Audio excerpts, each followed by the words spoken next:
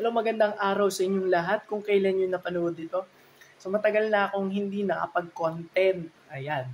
So wag na natin paligoy-ligoyin. Ang gusto kong pag-usapan natin ngayon ay tungkol sa kung yung kotse ba o yung sasakyan natin ay isa ba siyang asset or liability. So ang ibig sabihin ng asset, alam nating lahat yan, ito yung nag-generate ng pera. Pwedeng ang inyong mga van, pwedeng ang inyong mga kotse, kung inyo pinapahire ito, or else, yung inyong mga sasakyan na pinapabook, okay?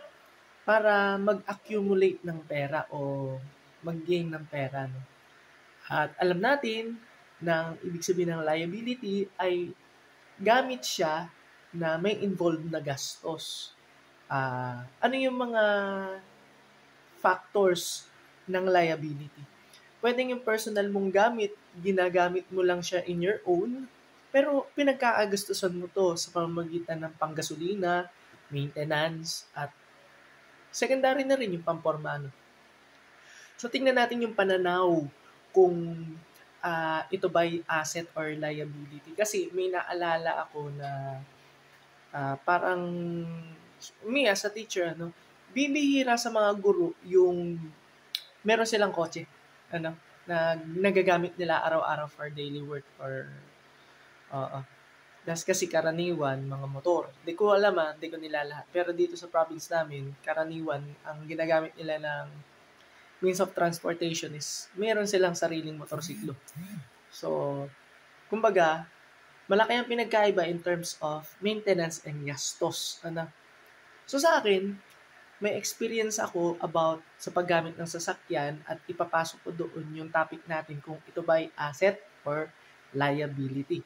Sa akin, kwento ko na lang, pagka may mga kasamahan ako ng mga kabaro ko na sumasakay, nagbabayad naman silang panggas. Meron naman akong naaarimuhan at naiipon din kahit pa paano. Minsan wala, pero okay lang. Meron naman budget for that. So, walang problema doon. Kumbaga, ang ibig sabihin is, kahit pa paano is nagiging asset siya.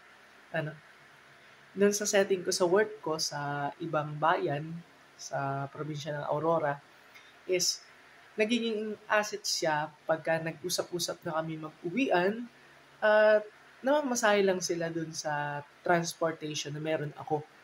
Ang gasolina nga, sabi ko, saka yung sobra, akin na yun. Profit ko na yun.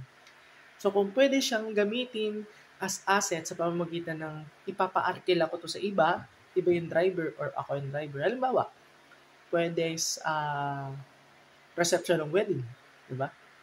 Or reception ng Revo wedding. Or dun sa ikakasal, para meron silang sasakyan, panghatid sa simbahan, at panghatid sa reception. Pwede rin naman ipaarkila sa mga magkakabarkada para makalibot sa iba't ibang mga tourist destinations. Pero sa akin kasi ay sedan. May mga seats na kailangan lang i-occupy doon. Isa sa gilid, sa passenger seat sa harap. Saka pwede siguro 3 doon sa likod pag puro payat. Pero pagka siguro puro mataba, ay 2 lang. Hindi naman 8-seater yung natin. Pero baggamat, ganun pa man, depende sa pagtingin mo kung ito ba ay asset, ito ba ay liability. So, sunod natin ay liability. Kung sa tingin natin, kung yung kotse ay liability, gastos. Pero, iba yung nagiging dating pagka ginagamit yun kahit na pinagkakagastusan. Maaaring signature mo, pagpupunta ka ng mga meetings, ng mga seminars, dapat maayos ka. Hindi ka inaalikabok. Hindi ka nadudumhan. Ayan. Hindi ka naiinitan dahil may aircon sa loob. Maliban na lang kung binabad sa arawan. Ayun. Be careful talaga kung magkakaroon kayo ng sasakyan. So, kumbaga, pagalingan na lang tumansya para mas maka-conserve kayo ng pera. Kasi, pagka, limbawa, huwag nyo nang hintayin pa masira yung parts kailangan agapan nyo na. Hindi pa sira yung mga consumable products tulad ng preno, hindi pa masyadong pudpud, yung gulong, kahit ilang taon pa lang, kahit hindi pa masyadong pudpud, palitan mo na para mas maging safe at ipa-check or i-check yung mga wirings, ipa-check para mas madaling maagapan, regular na pagpapalit ng langis, regular na pagpapalit ng coolant, at syempre, yung driving habit natin.